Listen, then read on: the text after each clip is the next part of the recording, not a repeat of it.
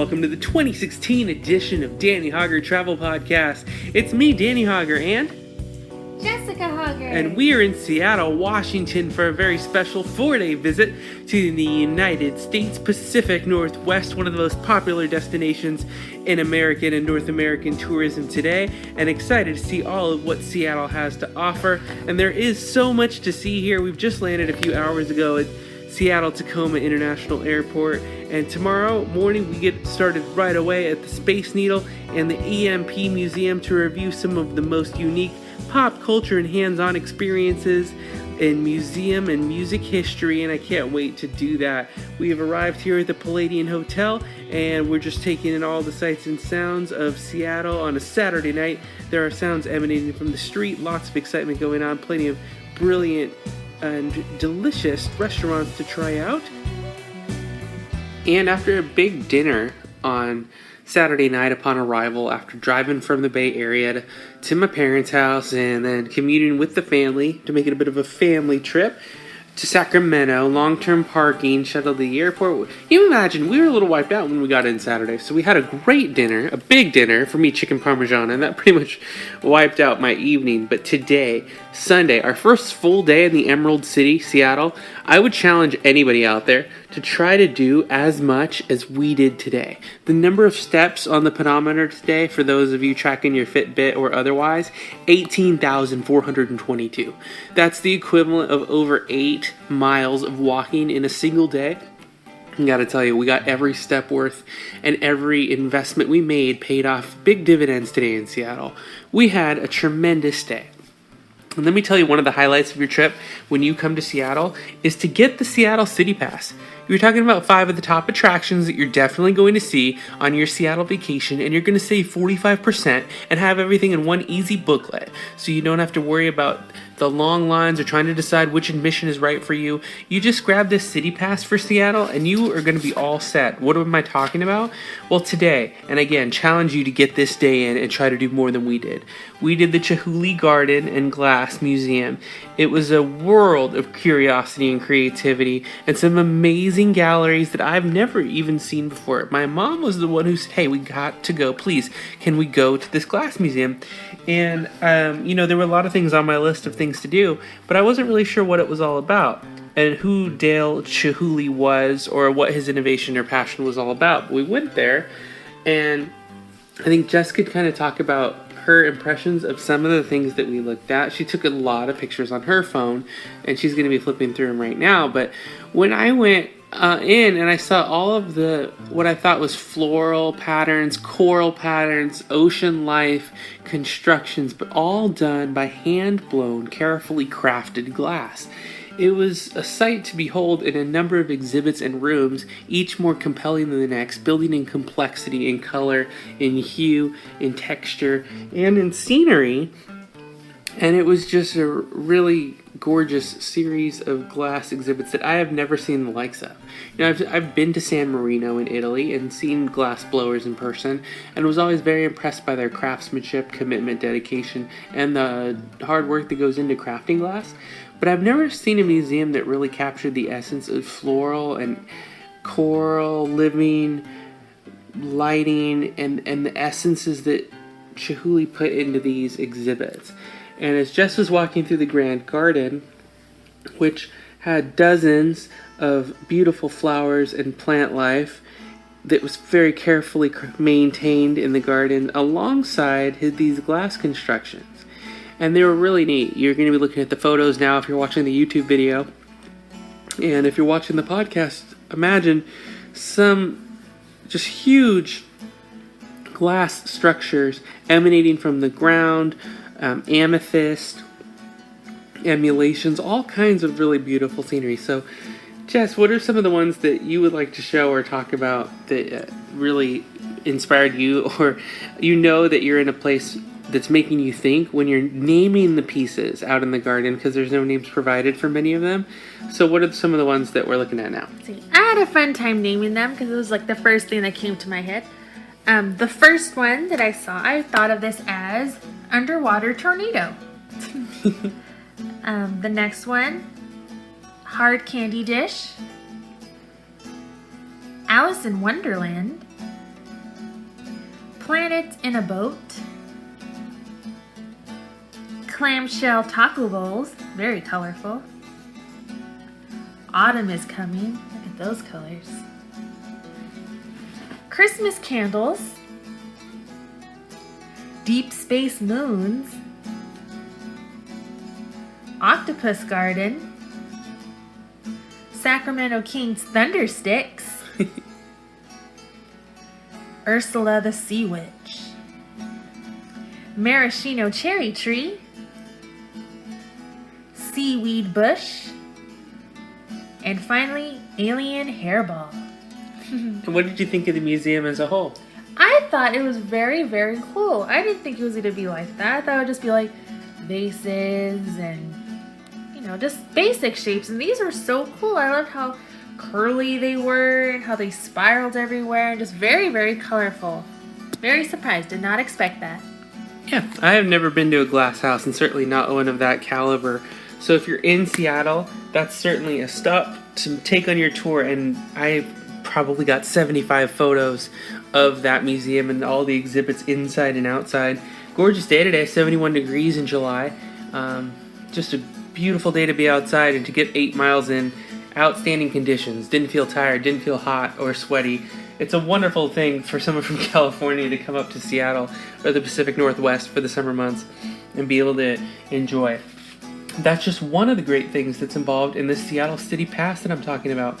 Valid for 9 days. You can go to the Space Needle, which you know you're going to do. We did that today. Jaw-dropping 360-degree views, skyscrapers, the city line, the water line. Plus, we always go to the lookout points. Vancouver, we went to the Vancouver Lookout. Toronto, we went to CN Tower. Paris, Montparnasse was gorgeous. And underutilized. We always get to the vantage point first, kind of get the lay of the land, just take out the big pictures and get your breathtaking views under your belt when you arrive in a city. And I will give the Space Needle a special credit of distinction here. Not only were the informational guides very interactive while you're waiting in line, and it was a short line this morning on a Sunday morning. We did it first thing, which is a good piece of advice if you're traveling to Seattle. But also, once you're up on the observation deck, 500 plus feet in the air, they had the best exhibits up on top that I've ever seen anywhere in the world for interacting with free telescopes. That's something we had never seen that really pointed us out. My sister was excited that you didn't have to pay for that. Another, the cameras that are motion operated, much like a camera crew shooting a TV production that has zooming in and out, panning left and right, and you can look through much of the city and control specialized cameras with magnifying zoom in and out. I was watching freeway cars, watching boats come and go on the sea, and looking at Safeco Field and out to the many sites, and I spent 10 or 15 minutes just operating the camera. I thought that was extremely fun. And there was also walk-through, swipe-through interactive 360 tours of Pike's Place Market, of the Aquarium, and it would, if you stopped here first, it would get you really excited about the rest of your visit in a way that brochures and printed materials do a good job of, but in a much more in-depth and immersive way. So this Seattle CityPass that we're talking about is a really wonderful deal. CityPass.com. You can get all the information there. You can also buy them at any attraction, and you can visit all these attractions in any order. So we started with the Space Needle. We went to the EMP Museum and saw just wonderful pop culture, fantasy, significant moments in science fiction, and hands-on experiences. I got to jam on a guitar while my nephew played the drums, who's 10 years old, and he had a great time banging the skins and just hanging out in a jam box with his uncle, that's me. And that was probably the most fun experience of the day for me. Also capped off in the museum after going through the really interesting Nirvana feature that was going on. The on-stage live event, which lets you and family or friends get the experience of stepping onto a live rock stage and rocking a digital crowd with a fully complete stagehand there helping you set up the equipment. and you pick one of these classic rock enigma songs, and you just go in there and leave it all out, and you have such a fun time playing guitar or bass or keyboard or drums, all there on a stage with lights and music and live microphones. And that was one of the coolest experiences I've ever seen at any museum. And I didn't know much about the EMP Museum. I said, let's walk through and see, what we get with our CityPass. And we had a really great time. Spent a few hours there. Could have easily done a half a day. And one of the coolest souvenirs we'll take home is a poster from the band, The Tourists. That's right, me and my wife and my nephew, who played on stage together to Twist and Shout. And that was a really fun memory. You could also get your performance on DVD or a poster or a combination of the two. So we did the EMP Museum, all this, and it was only about 11:30, 12 o'clock. So we headed down to Pike's Market, browsed through the farmer's market, looked at the amazing sites. You could spend all day there. We're going to go back tomorrow to Pike's Place and walk through, maybe have breakfast there. Really great time. Lunch. What was the name of the lunch place again, Jess? What was our lunch place? Taxi Cab Hot Dogs? I think so. All right. It was right there on the corner of Victoria, right when you start your tour of the market, and had a wonderful turkey chicken, sun-dried tomato sausage, and next door at the Pear Delicatessen, picked up some real fresh mac and cheese, got a half a pound of that, and that was a beautiful lunch. Jess had a veggie dog, and we had a really nice time sitting there, people watching, enjoying a view of the water, and a really lovely lunch to rest our feet for a bit. Before we resumed our tour, went down to the aquarium and had a great time there. Got this cool video of these really sweet looking sea otters, which I determined might be the cutest mammal of all time. I always loved the sea otters, and we had such a good time at the Seattle Aquarium because there were 6 otters. They were very playful. They were out near the glass. Every time I've seen otters at Long Beach or Monterey, it seems like they're far away or sleeping or out of exhibit. And we got up close with the otters today, which was really cool. I also liked the seals that they had on exhibit, the fur seals. And we spent several hours looking through the wonderful attractions at the museum. And I just see so much that you can get, so much value, and save 45% with the CityPass. Again, citypass.com, or call 888-330-5008. That's 888-330-5008. And they have an extremely high satisfaction rate. Instead of paying $135 per adult, CityPass $74, and you're in easily to all of those attractions. Had a great time using that today. Used all the attractions except for the harbor cruise, and we're going to take that tomorrow. So a wonderful full day in Seattle. You could easily slow down, stretch that out. But I challenge you, if you want to come see Seattle and you want to try to outpace us, our 8 miles, go for it.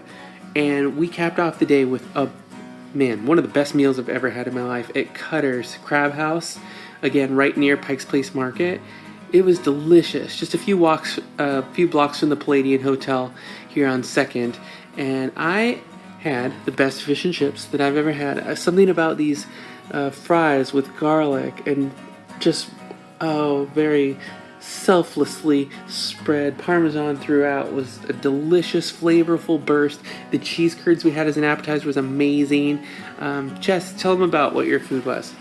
I had vegetables with fettuccine Alfredo, which was really nice because they didn't offer that, but since I told them that I don't eat meat, they created it for me, and it was so good. I loved the asparagus. It wasn't too much, it was perfect. Just the right amount. Just the right amount. Ha ha ha. It was delicious. I cleaned up a lot of her food too as well. My dad had the full pound crab. There was fettuccine with salmon at the table. And my mom had a really great seafood dish as well. So we ran the gamut. The desserts there, the creme brulee. We got the fudge cake, the chocolate cake, and the ice cream sundae, the smallest ice cream sundae in the world, they called it. Absolutely, definitely recommend stopping into Cutter's Market there at Pike's Place for a dinner that you won't soon forget. So a ton of attractions today. If you want to learn more about the EMP Museum, you can go to www.empmuseum.org, and they are also on Twitter at EMP Museum. There's so many things. The Emerald City Trolley, I saw that rolling by today. We passed the Wing Luke Museum and the Asian Pacific American Experience that might be a good visit tomorrow. And we're going to definitely do the Argosy cruises at Tillicum Village. They have narrated tours, and that should be a great time. You can go to argosycruises.com for more information, and we'll be talking about that in our Monday evening recap. But there's just so much to say from this Sunday. We started at 8 a.m. As I'm recording now, it's 8 p.m., and we had a 12-hour period where we were just going, and there was so much to see and enjoy today in Seattle. Beautiful day, and occasionally, you just stop and you just look out at the water, or you just look out at Pike's Market and all the people enjoying themselves on a summer day, and it's clear to see why people would enjoy coming here. Had a great time, and would encourage you to check out some of these exhibits absolutely on your stay when you come to Seattle. And I'm thinking tomorrow might even be a good day to ride the Ducks of Seattle. They have land and water tours. It's a really neat vehicle that you've got to see to believe.